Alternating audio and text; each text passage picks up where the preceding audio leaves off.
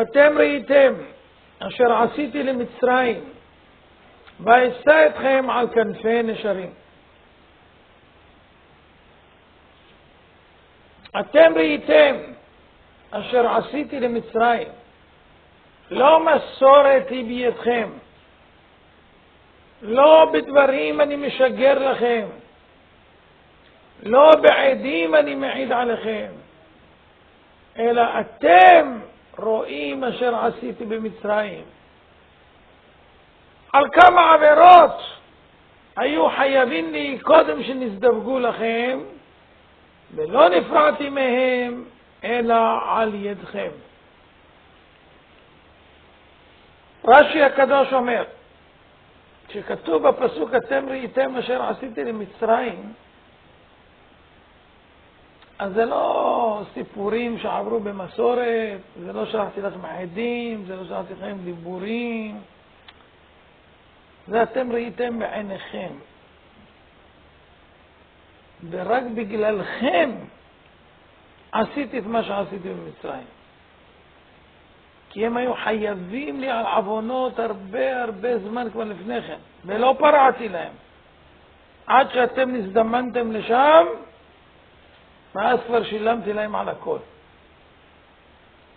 עוד פעם, אתם ראיתם אשר עשיתי למצרים, לא מסורת היא בידכם, ולא בדברים אני משגר לכם, ולא בעדים אני מעיד עליכם, אלא אתם רואים אשר עשיתי במצרים. על כמה עבירות היו חייבים לי קודם שנזדווגו לכם, ולא נפרעתי מהם אלא על ידכם. כשאומה אחת מתרוממת בערכה ובצביונה, כשאומה אחת מתרוממת בערכה ובצביונה רוחני על שאר חברותיה, או אפילו כשיחיד מתעלה ומתרומם בערכו מוסרי מכל בני שכונתו, אז לאור ההתרוממות הרוחנית של האומה או היחיד, נתבעים המפגרים על שלא התאמצו להגיע לאותה מדרגה של האומה או של היחיד. כי לאור ההתרוממות הרוחנית נעשים מובלטים ביותר החטאים של האומה או של היחיד. ובעקב הגילוי בא הגינוי או העונש של המפגרים. נחזור. יש אומה או יחיד שהתרוממו והתעלו בערך שלהם הרוחני על שאר האומות או על שאר היחידים.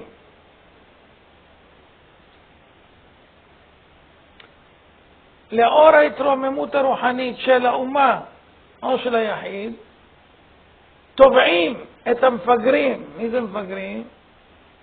אלה שמפגרים אחריהם מלעלות, מאחרים כמו שאומרים.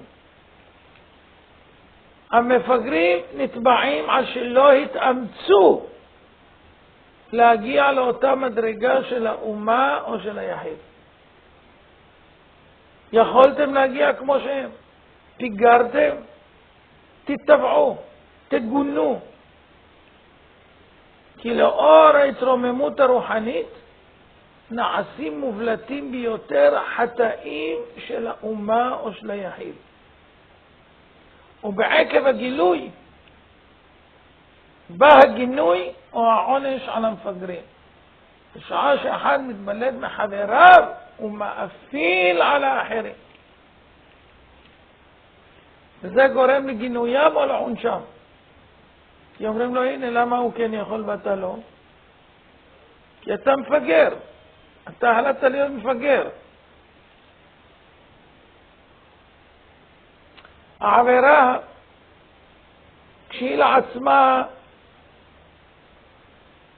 אינה כל כך חמורה, לא מצד הדין, אלא מצד כרגע שהעבירה נמצאת בחללו של עולם, אינה כל כך חמורה. אבל כשמשווים את הטומאה ואת הטהרה בתערוכה אחת, כשעורכים אחד לפני השני, כשעורכים את האור מול החושך, אז השליליות שבעבירה מתגדלת ביותר. כשהטומאה נמצאת בפני עצמה, או כשהאדם נמצא בין טמאים, אז זה לא בולט. אבל כשנכנס לשם פתאום צדיק, או כשנכנס אור במקום של חושך,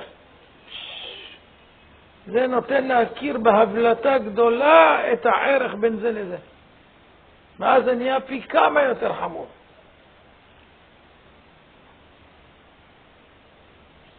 כמו שאמרה צרפתית לאליהו, כי באת אליי להזכיר את עווני, עכשיו שאני מיוחסת כלפיך, כשאתה נמצא פה, אתה הנביא הקדוש, ואני פה, זה מזכיר את עווני. כי האדם נתבע לעלות ולעלות ולעלות, ואם הוא לא עלה ובא לידו מישהו שכן עלה, ועבד על עצמו ועלה, אז זה מבליט יותר את העוונות שלו, שהיה יכול. או כמו שאמר הבעל שם טוב, זיכרונו לברכה, כשהשמש זורחת, אז מתגלה ונראה הצל. מתי יש צל? דווקא שיש שמש. כשבאה השמש, היא מראה את הצל. זה מבליט את הצל. אותו דבר, כשבא אחד שהוא כמו שמש, הוא מאיר את החשוכים. מבהיל הוא על כמה מן העבירות שהיו המצרים חייבים להענש כבר עידן ועידנים, ולא שקלו לו עונשם עד שנזדווגו לישראל, עד שבאו ופגעו בגבול קדושתם של ישראל ובתחום חירותם לשעבד אותם. ממילא עומדה אומה שטופת הזימה הזו פנים אל פנים מול גוי קדוש, ואז לאורה של קדושת ישראל אף בכל מקום שהיו ובאשר הם שם, ובלטה קטגוריה קשה למצריים, והקדוש ברוך הוא נפרע מהם. לכן ישראל לא לקו והם לקו, כי ישראל הבליטו את עוונותם יותר. בנוסף על עוון השעבוד ששעבדו את ישראל, נתגלו מחדש כל נגעי רשעתם וטומאתם של המצריים שהיו חייבים עליהם עוד מקודם שנזדווגו לישראל. בקיצור, כשמזדווגים לצדיק, כאלה שהם לא צדיקים רק נראים צדיקים, זה מבליט את רשעתם וטומאתם והיא נחשפת לעיני כל. כל זמן שהם לא התעסקו איתו, הם נחשבו הם בעצמם צדיקים. ברגע שהתחילו להתעסק איתו, מתפרסמת טומאתם לעיני כל. הקדוש ברוך הוא פורע להם באותה שעה את כל מה שהיה מעידנים שהיו חייבים בהן נסתר מעיני כל. המצרים נראו כאומה מתקדמת, בעלת כישופים, מהנדסים, חכמים, חרטומים, הכל. ולא ניכר טומאתם לעיני כל. כשבאו ישראל עם קדושתם, אז זה ניכר, וזה חייב את ענשתם. כי אז העוונות בצבצו והופיעו במלוא טומאתם. אכן מה נוראה היא הדאגה על עוונותיו של האדם, שלעיתים מאוד קרובות נשארים עומדים על מקומותיהם ברחמי השם יתברך, שמעלים את עינם מן המורדים.